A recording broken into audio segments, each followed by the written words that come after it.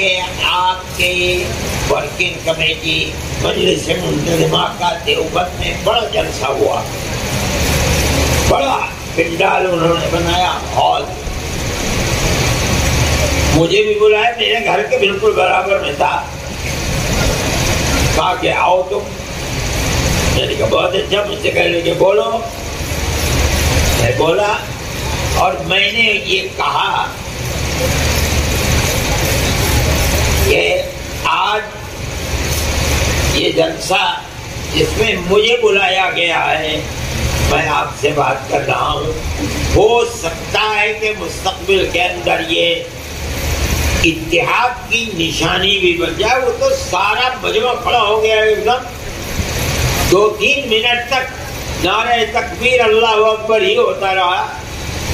تو میں نے مولانا محمود صاحب سے کہا کہ میری اس تجویز کو آپ کے 100% لوگوں نے کس طرح اس کا استقبال کیا تھا، اس کا مطلب یہ ہے کہ آپ کی جمعیت کے تمام ارکان جو چال الگ ہوں گے، سب یہ چاہتے ہیں کہ اتحاد ہو جائے، اتنے متحد ہونا چاہیے۔ خاموش ہو گئے۔ پھر میں نے کہا کہ اچھا جو آپ کہہ رہے ہیں مجھے اس کو تحریری طریقے پر دے دو۔ بہرحال یہ سب کچھ ہوا، لیکن ان کی طرف سے معذرت ہو گئی۔ میں یہ بات کہہ رہا ہوں کہ آپ یہ نہ سمجھیں کہ ہماری طرف سے اس میں کوئی کوتاہی ہے۔ ہم تو آخری عمر ہے ہماری، 82 سال ہماری عمر ہو گئی، خدا جانے کس دن چاہیے اجر طلب بھائی کہہ دیں، سمجھ میں نہیں آتا۔ بیٹھتے ہیں تو اٹھا نہیں جاتا، اٹھتے ہیں تو بیٹھنے میں پریشانی ہوتی ہے، چلنا پھرنا سب مصیبت بن گیا ہے۔ ہم یہ چاہتے ہیں دل و جان سے کہ مستقبل کے اندر ایسی راہ ہو کہ جس میں اتحاد کی صورت آ جائے۔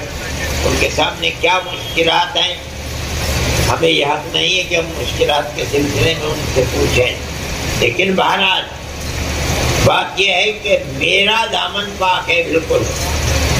میں یہ بھی کہتا ہوں، میں نے یہ بات پرسوں کہی ہے کہ بھئی اگر یہ رکاوٹ ہے کہ آپ مجھے یہ کہیں کہ ہم صدر بنیں، میرے خدا کہتا ہوں تیار ہوں،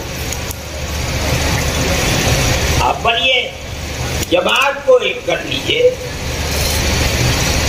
آپ مجھے نائب صدر بناتے، میں نائب صدر بن جاؤں گا۔ آپ